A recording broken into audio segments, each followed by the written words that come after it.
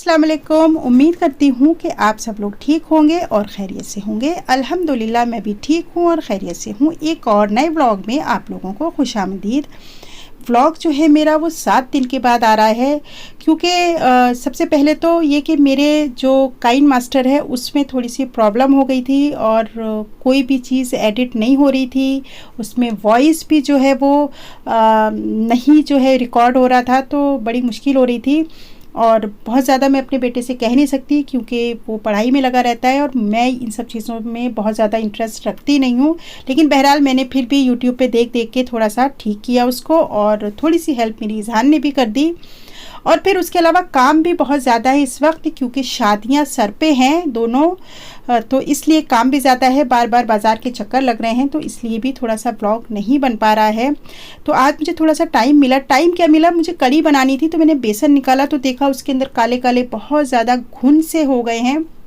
तो मैंने फिर जब उसको छाना तो उसमें बारीक बारीक से और भी कीड़े हो गए थे, तो मैंने फिर उसे 3 से 4 बार जो है वो छाना।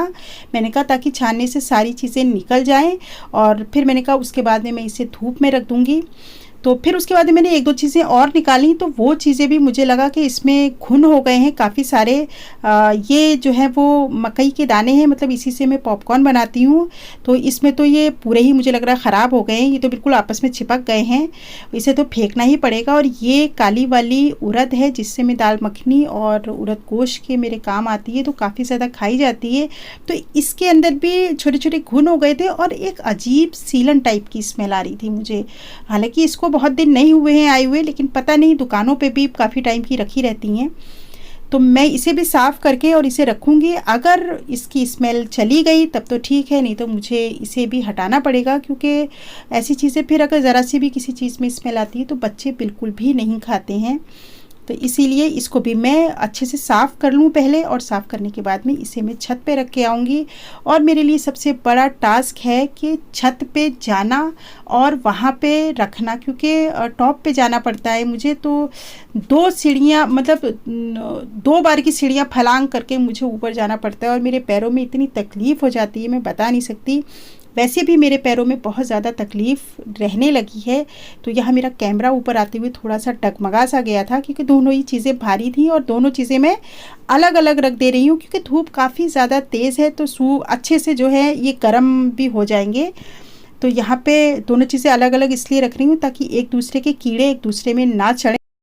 कपड़े भी मैंने धो के डाले थे, वो भी मेरे यहाँ पे सूख रहे हैं, क्योंकि बारिश असल में जल्दी जल्दी इधर 2-3 दिन लगातार हो गई, तो उससे भी काफ़ी नमी हो गई घर में। और नीचे घर में मेरे धूप बिल्कुल भी नहीं आती है, मुझे जो भी चीज़ सुखानी होती है वो ऊपर ही जाना पड़ता है। बहुत ज़्यादा गर्मी होती है तब तो जो है कपड़े वपड़े नीचे डाल दो, थोड़े बहुत तो सूख जाते हैं, वरना तो ऊपर ही जाना पड़ता है। और ये मिर्चें तो मेरी अभी 15-20 दिन पहले मैंने मंगाई थी, और ये भी थोड़ी वाइट वाइट सी हो गई। तो मैंने कहा ये ख़राब हो जाए उससे पहले मैं इसे भी सुखा लेती हूँ।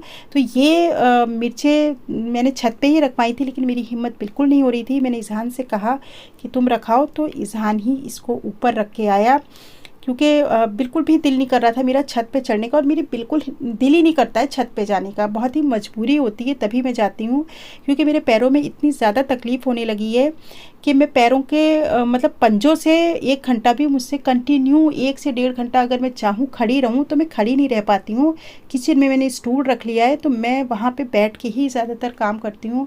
पता नहीं क्या होता जा रहा है पैरों में कि इतना ज़्यादा दर्द रह रहा है कि बस समझ में नहीं आ रहा है कुछ।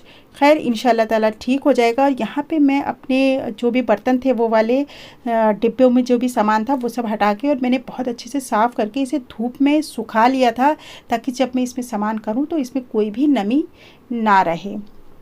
बस यहाँ पे मैं यही सब काम कर रही थी। और आज जो था वो बच्चों की छुट्टी भी थी, इज़हान और आलिया की छुट्टी थी, तो बच्चे भी आज दोनों घर पे ही हैं। और जब बच्चे होते हैं तो काम भी ज़्यादा होता है।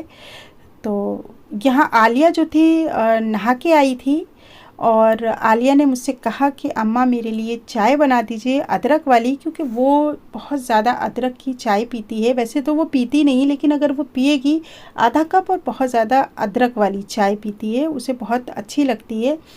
अदरक वाली चाय। तो यहाँ मैंने उसको वही बना के दिया, और छुट्टी है तो बच्चे पूरा दिन खेलेंगे तो नहीं, ज़ाहिर है। और यहाँ पे ये आज मैंने बच्चों की, क्योंकि कल स्कूल जाना है, तो ये विंटर वाली यूनिफॉर्म निकाली है। वो इसलिए क्योंकि स्कूल से जो है वो ऑर्डर आ गया है कि विंटर की यूनिफॉर्म पहन के जानी है। हालांकि अभी गर्मी काफ़ी हो रही है, लेकिन डेंगू बहुत हो रहा है, इसलिए विंटर की यूनिफॉर्म पहन के जाना बहुत ज़रूरी है। अच्छा, मैं अभी कुछ दिन पहले मार्केट गई 4-5 घंटे के लिए, तो मैं अपनी ये वाली जो पिंक वाली चप्पल है वो पहन के गई थी, और मेरी पैर ऐसे हो गए कि मुझे चप्पल हाथ में लेनी पड़ी, और वहीं पे मुझसे बिल्कुल भी नहीं चला जा रहा था पैरों से। तो फिर मेरे हस्बैंड ने कहा सबसे पहले तो तुम जो डॉक्टर सोल वाली चप्पल ही कहलाती है ये, तो ये वाली चप्पल लो ताकि ये तुम्हारे पैरों को आराम दे। तो मैंने वहीं पे फिर मार्केट से मैंने चप्पल ली, और वाकई में इसको पहन के मुझे लगा कि ये काफ़ी ज़्यादा आरामदायक चप्पल है, क्योंकि आज से पहले मुझे ज़रूरत नहीं हुई तो मैंने पहनी नहीं, और ये मेरे पैर वैर सारे जो है उस वाली चप्पल से एकदम लाल हो गए थे। हालांकि सूजन नहीं हुई थी, लेकिन पैर एकदम लाल हो गए थे मेरे, बिल्कुल चलते चलते। तो ये चप्पल जब मैं पहन रही हूँ तो मुझे काफ़ी आराम मिल रहा है, और अब मैं ज़्यादातर हर जगह यही चप्पल पहन के जा रही हूँ, क्योंकि ये बहुत ही अजीब ऐसा लग रहा है जैसे मैंने गद्दे पे पैर रख दिया है। बहुत अच्छी चप्पल है, और ये चप्पल कई लोगों के मुँह से सुना था मैंने बहुत अच्छी होती है, क्योंकि मेरे घर में भी काफ़ी लोग इस्तेमाल करते हैं। तो मैंने भी ले ली ये चप्पल, और यहाँ पे कुछ सामान आया हुआ था किचन का, तो मैंने कहा कि पहले मैं इसको करके रख दूँ। तो मैंने ये डिब्बे बहुत अच्छे से धो के और धूप में सुखा लिए थे, ताकि जब मैं ये दालें वगैरह इसमें करूँ तो इसमें कोई भी नमी ना रहे, क्योंकि ये दालें अगर 1-1 किलो मंगा लो तो जल्दी ख़त्म तो होती नहीं है, तो लंबे टाइम चलती हैं। तो इसलिए मैंने जो है अच्छे से इसमें, और अच्छा मैं जो है जो ऐसी कोई चीज़ होती है जैसे सूखा धनिया होता है, तो मैं उसके अंदर सूखी मिर्चें डाल देती हूँ। आटे के अंदर सूखी मिर्च डाल दी 5-6, तो उससे कहते हैं कि कीड़े नहीं पड़ते हैं, तो वो वाकई में ठीक है। मैं अपनी चावल के कंटेनर में भी डाल देती हूँ सूखी मिर्चें लाल वाली, जिससे कि कीड़े नहीं पड़ते हैं। तो मैंने ये नुस्खा आजमाया है, तो ये मुझे काफ़ी ठीक लगा, और इसलिए मेरे आटे के कंटेनर में, चावल में, इन सब चीज़ों में जो है वो जो चीज़ें ज़्यादा लंबे टाइम चलने को होती हैं तो उसमें मैं ये सब चीज़ें डाल देती हूँ, मतलब सूखी मिर्च डाल देती हूँ। आप लोग भी प्लीज़ इस नुस्खे को ज़रूर आजमाएं। और काफ़ी देर हो गई है, और अब मैं अपने व्लॉग को यहीं ख़त्म करती हूँ।